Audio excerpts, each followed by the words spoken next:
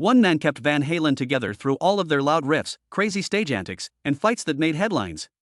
He did it all quietly, strongly, and with more sacrifice than fans ever knew. His journey wasn't just about bass lines and background singing, though. It was a test of loyalty, and points were lost. And an affair found on the internet instead of over the phone. You'll learn about an unknown part of rock history that shows how Michael Anthony's low-end rhythm carried the band even when no one was looking at him. There was one moment that changed everything, and it wasn't on stage. Get ready for something that might totally change how you feel about Van Halen. Michael Anthony's early musical background came from his family, especially his trumpet-playing father, Walter Sobolewski. Walter's musical past had a big impact on Michael, who grew up hearing his dad practice and play music all the time. Michael's interest in instruments and performing grew as he heard live music at home, starting from these early experiences. Anthony learned how to play the trumpet as a child, just like his father did. He really became interested in music when he was in school and joined a number of music classes. In the mid-1960s, his family moved to Southern California. He went to Dana Junior High School in Arcadia and joined the parade band there. He was able to improve his musical skills in a structured setting by being in the band.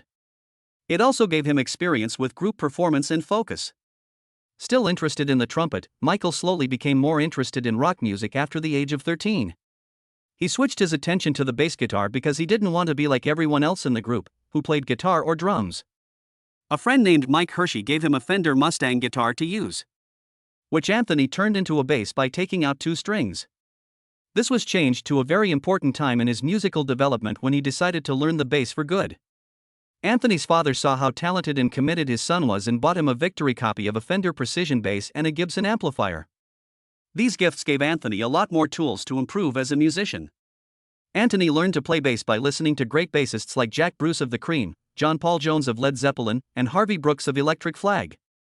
He was originally left-handed, but he learned how to play with his right hand, which was the only thing that made him unique and showed how flexible it was. Because he had these early inspirations and practiced regularly, he built up a strong technical base and a good musical ear, which were very important during the later Van Halen years.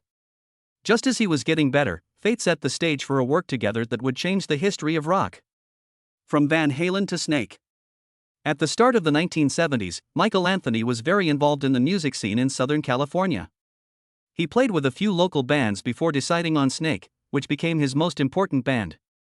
The group was a power trio that played a mix of hard rock and blues music, and Anthony sang lead and played bass. Snake mostly played cover songs by big rock bands, but they also played original songs sometimes. This gave Anthony a chance to improve his live performance skills. The band played a lot of school dances, festivals, and bars in the Pasadena and Arcadia areas, where they gained a small fan base. During this time, Anthony's musical goals started to become clear, and he became more and more determined to make music his job. The local music scene in the San Gabriel Valley turned out to be a great place to meet new people. It wasn't long before Snake met brothers Alex and Eddie Van Halen, who were in the up-and-coming band Mammoth. Sometimes, both bands played at the same places. One time, Snake opened for Mammoth at Pasadena High School. The PA system at Mammoth broke down that night, so Anthony offered to let them use Snake's gear so the show could go on. The Van Halen brothers were deeply moved by this kind and professional act, which sowed the seeds for what would later become a life-changing partnership. At that same time, Mammoth was also at a crossroads because big changes were happening inside the company. Mark Stone, their guitarist, had just quit, leaving a spot open in the band. Eddie and Alex Van Halen remembered Anthony from past shows and decided to ask him to a jam session to see if they could work together musically. The meeting. Things that the brothers had hoped for happened in what was said to have happened in a shed.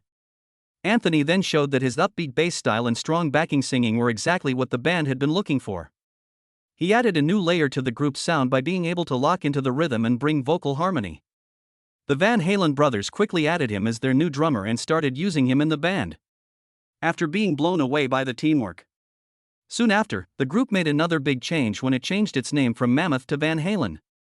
The name change was necessary because another band was already using the Mammoth name.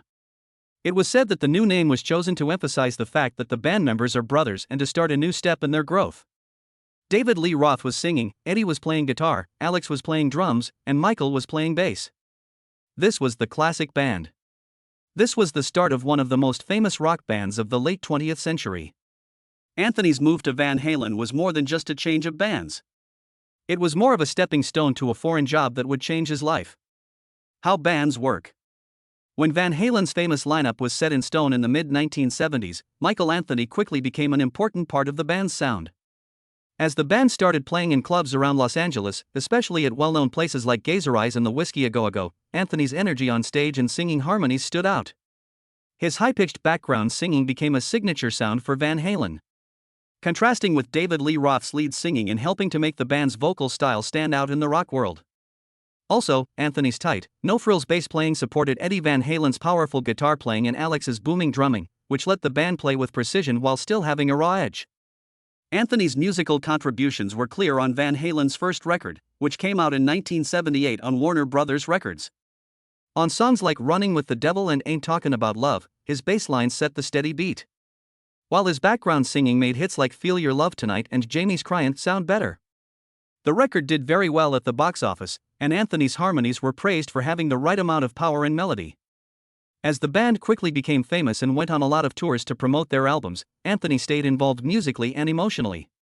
He became known as reliable and low maintenance compared to the often unstable dynamics among other band members. At first, Anthony was treated financially like a full member and got his fair share of the gains and losses.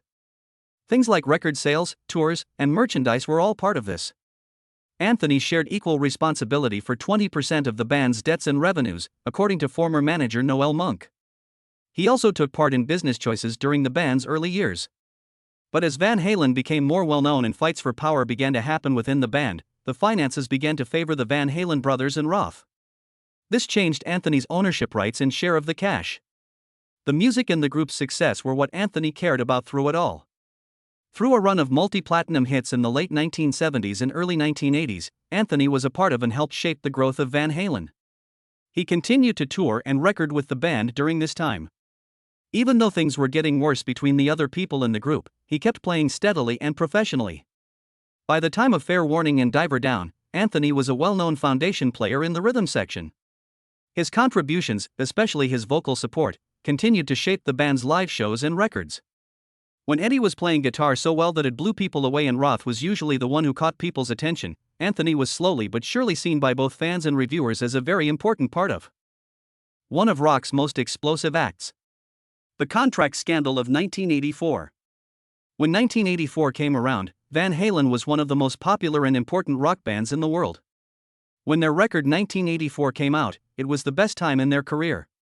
It had huge hits like Jump, Panama, and Hot for Teacher. But behind the scenes, things were getting worse in the band. Michael Anthony was a founding member of the band and a big part of their signature vocal sound, but he was getting less and less involved in important choices. An old Van Halen manager named Noel Monk says that Anthony's financial and legal situation with the band changed a lot during the 1984 tour. Eddie and Alex Van Halen, along with David Lee Roth, put pressure on Anthony to sign away all future songwriting rights and royalties. Monk wrote about this in his autobiography, Runnin' with the Devil. There was a lot of disagreement about the circumstances of this choice. Monk said that Anthony was given the agreement backstage a few hours before a show, and that all three of his friends stood over him while he signed it. Since the contract applied to the past, Anthony also lost credit and money from the 1984 record, even though he played music and sang on it. This moment marked a major shift in the band's power. Anthony went from being an equal partner to a hired performer who didn't own any of the group's creative property. Monk said he would have told Anthony not to sign if he had known at the time, but Anthony did it anyway, allegedly to avoid a fight or putting the tour at risk. It took a long time for the terrible effects on the funds to wear off. Anthony lost millions of dollars in possible earnings from future licensing deals and greatest hits albums and reissues that included songs he helped make when he gave up his rights to the band. Specifically, 1984 sold more than 10 million copies in the US alone and is one of the band's best-selling albums. Anthony would get little to no credit for writing songs for decades to come, which would hurt his earnings and, more importantly, his reputation as a rightful contributor. He stayed in the band for a few more years, going on tour and recording with them. But because of his lower status, he became more easily hurt when there were disagreements and group changes. That agreement wasn't fair. He didn't say anything for years, though. His behavior was professional, and he didn't criticize his partners in public. In the end, Anthony talked about what happened in talks and Q&As with fans, and he confirmed that he signed away his rights because he was forced to. He was upset about how everything went, but he made it clear that saving the band, which was the most important thing to him, was what kept him going. His only wish was to play music. The 1984 contract fight became a symbol of Van Halen's power battles within the band. It's one of the clearest examples in the music business of how artistic and financial power can be taken away from major players. Eddie Van Halen's criticism: in the years after Van Halen's economic peak, Michael Anthony started to see a change in how the public saw his contributions to the band, especially from Eddie Van Halen. Eddie started downplaying Anthony's role in appearances, saying things that made it sound like Anthony didn't have the musical skills of a professional bassist, even though Anthony had been a part of the band's sound from the beginning. Eddie said in an interview with Billboard in 2015 that he had to show Anthony how to play every note and that Anthony was not taking initiative. This was one of the most controversial claims. People immediately criticized the comments from fans and other artists, many of whom thought they were unfair and didn't match up with history. Eddie's public comments were very different from the respect Anthony had won through decades of live performances, especially for his tight, on-point bass lines and signature high-harmony vocals. In later interviews, Anthony said that Eddie's accusations were totally false in response to them. He said that he had always learned the band's songs on his own and that Eddie had never had to teach him what to play during a session. Anthony stressed that if these events had really happened, they would have been recorded, but there is no such proof. This made Anthony's claim that Eddie's claims were false or overblown even stronger. Anthony was hurt by Eddie's comments, but it also changed him as a person. In interviews about the past, Anthony said that the words hurt him, especially since they came from someone he had known for decades and used to think of as a close collaborator. He said the experience was mentally draining, especially since he was loyal to the band and worked hard to keep the peace during rough times. In the eyes of the public, those comments also harmed Anthony's professional image for a short time, making new fans doubt his skills even though he had a history of good performances and praise from other singers. Anthony didn't start a public fight, but he did say that the growing distance between him and Eddie made their relationship weaken. They didn't talk to each other much after the middle of the 2000s, and Anthony was quietly pushed out of the band's main activities. Anthony said he felt bad that it was never fixed after Eddie died in 2020. Despite the bad feelings in the media and the hurtful words said, he said he had hoped for a chance to get back together and make things right. There isn't a chance like that, though. In a powerful way, the split between them shows how ego, bad communication, and unresolved conflict can make even the most famous creative relationships more difficult.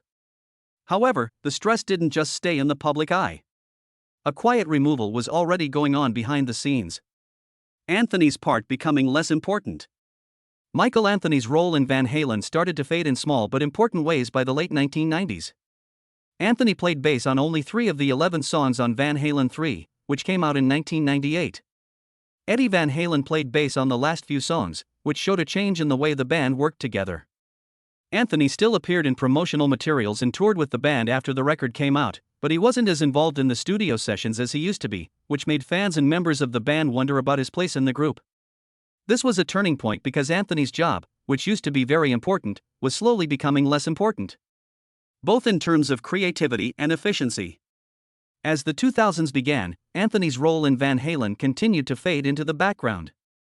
Even though he was involved in early reunion talks and did a few interviews and practices, he didn't have much to do with the recordings themselves. The band produced a compilation album in 2004 called The Best of Both Worlds. It had 3 new songs, but Anthony did not play on any of them. His only input was singing background vocals. These omissions made it seem like his part had been pushed to the edges, especially since the Van Halen brothers took more control over the group's business and musical direction. Anthony's last tour with Van Halen was the well-known return with Sammy Hagar in 2004. But there was some tension in this meeting as well. Hagar says that Anthony had to agree to a deal that treated him like a hired musician instead of a full band member and a lower offer of pay before he could join the tour. The tour was a huge hit, but it didn't help anyone get over their feelings. Anthony said later that he was ready to move on and handle things professionally. But there were more and more signs that the band no longer saw him as an important part of their future. On the other hand, Anthony Event wouldn't fully understand until a long time later that everything was being planned to replace him. In 2006, Eddie Van Halen chose Wolfgang Van Halen, his teenage son, to take over as Michael Anthony's straight replacement. Anthony didn't get a clear message about the news, but was what he thought based on what he read online or what people said and thought. Years later, he talked about it in interviews and said that Anthony's side of the story hurt him and caught him off guard. That was even worse, he said. After decades of being loyal to the band and adding to its history, there wasn't even a phone call to let him know that something had been done. He is then put in a mental sandbag. The fact that he lost his job in a band he had built from scratch and that his relationships with Eddie and Alex Van Halen had gotten worse made it clear that Colin's time with Van Halen was coming to an end. Not really a choice, more of an erase. Sammy Hagar works with other people. After Michael Anthony left Van Halen, he got back in touch with Sammy Hagar, a close friend and former lead singer of Van Halen. Their musical chemistry, which was formed when the band was with Van Hagar, led to many great collaborations. After Van Halen, one of their first big projects together was an act called The Other Half, which went on tour in 2005. Fans loved the group, which included Anthony and Hagar playing hits from both the Roth and Hagar eras of Van Halen. They felt like the spirit of the original band lived on in their shows. The name The Other Half was a playful nod to the fact that they were the less well-known half of Van Halen. Their live shows were a celebration of the music that defined an age. In 2002, Anthony and Hagar also joined hands to form Planet Us, a supergroup that didn't last long but had big plans. Guitar genius Joe Satriani, drummer Dean Castronovo, and, at one point, Journey guitarist Neil Schon were all in this group. Some of the band's recordings, like Psycho Vertigo and People, were later put out on Hagar's solo album, Cosmic Universal Fashion, which came out in 2008. Even though they never put out a full record or went on tour, Anthony's continued ability to work with some of rock's best musicians was on full display. The work with them showed how versatile and well-known he is in the music world, even outside of the Van Halen name. To Anthony's surprise, the most popular of his projects besides Van Halen is Chickenfoot, which he started in 2008. Along with Hagar, the band also had the hot guitar skills of Joe Satriani and the drumming of Red Hot Chili Peppers member Chad Smith. The band's self-titled debut album came out in 2009 and got great reviews and a lot of sales. It debuted in the top 10 of the Billboard 200. Many people have said nice things about how well the band works together and how good their music is. Anthony's bass playing and singing harmonies are still important parts of their sound. It was clear from their second album, Chickenfoot 3, 2011, that they were more than just a side project. It also showed that Anthony still had a lot of creative energy left in him. Anthony and Hagar worked together again in 2014, this time in a new band called Sammy Hagar and the Circle. Vic Johnson plays guitars and Jason Bonham, the son of famous Led Zeppelin drummer John Bonham, plays drums. The Circle played a lot of solo songs by Van Halen, Led Zeppelin, Montrose, and Hagar. This made for a lively and emotional live experience for the fans. The band also put out their own songs, such as the album Space Between, which debuted at number 4 on the Billboard 200 in 2019 and shows that they are still popular. Michael Anthony has shown that he still loves music with projects that came out before he was good at playing guitar. This shows that his rock impact goes far beyond his time with Van Halen. Eddie Van Halen died in 2020, and after his death, fans and people close to the band were allegedly interested in planning a tribute tour to honor his memory. However, the tour was called off. There were more rumors of a reunion in 2021 and 2022. It was said that drummer Alex Van Halen contacted previous band members and collaborators like Michael Anthony and David Lee Roth to see if they were interested. Someone else named Joe Satriani was also brought up as a possible backup musician. Satriani said that important talks were happening to put together a lineup that would honor the band's past, and Anthony's participation was seen as essential to keeping things real. But, despite early progress, the plans for the tribute or reunion tour fell apart because of differences within the group. One of the main points of disagreement was said to be David Lee Roth, who didn't like some parts of the tribute style. Alex Van Halen and other people who knew about the situation say that Roth refused to play in any show that would clearly honor Eddie's memory, at least not in the way that the rest of the band had planned. This unwillingness caused a lot of stress and stopped progress. The emotional weight of the tribute and unresolved problems between band members made it hard to coordinate, and dreams for an event that worked as a whole started to fade. Things got even more complicated when Alex Van Halen got sick. He allegedly hurt his back in 2022, which made it even less likely that he would go on a tour that would be hard on his body. With Roth pulling away and Alex not there, the meeting was missing two of its most important pylons. Later, Michael Anthony confirmed that he had been contacted about the idea and had expressed interest in taking part. But the problems with logistics and feelings became too big to overcome. Some people wanted to get back together, but in the end, it was decided that it was not possible, and there was no official memorial tour. Michael Anthony was not given the chance to finally make peace with Eddie or the rest of the band when they got back together. He had made up with Wolfgang Van Halen, but he still had big problems with David Lee Roth and Alex Van Halen that hadn't been fixed. That the tour had to be cancelled really showed how badly this family was hurt. Fans had hoped for a long time that Anthony would join the rest of Van Halen's members back on stage, but they were let down in the end. Because of the pushed back plans that ended any real chance of a full circle moment. In the silence that followed, the dream of a real Van Halen farewell with all the important people present faded away. Biopic Resistance by Bertinelli. Valerie Bertinelli, an actor who used to be married to Eddie Van Halen, has made it clear that she is strongly against any biopic about the famous guitarist or the band Van Halen, at least while she is still alive. Bertinelli told the press that she had told her son Wolfgang Van Halen, "Make sure I'm dead before you let that movie happen." She did what she did because she wanted to keep Eddie's memory intact and avoid making his life too dramatic. She was worried that Hollywood would change important parts of his personality, musical journey, and battles with addiction, which she thought shouldn't be made into big stories for entertainment's sake. Bertinelli doesn't want a movie because of very personal reasons. Eddie and she had a son together and were married from 1981 to 2007. She saw his good and bad times personally. She has often been honest about the hard times they've been through, especially Eddie's fight with drug abuse, and how it hurt their family and friendship. Valerie would feel too much emotion to watch those times recreated on screen, even if it was done for artistic reasons. She joked that Selena Gomez could play her in a movie, but she quickly added that she hoped the singer would say no if she was ever asked. Having families watch out for each other because of Wolfgang Van Halen's work is a very important part. A personal picture of himself as a singer who was carrying his father's weight and clearing the way for all of his own.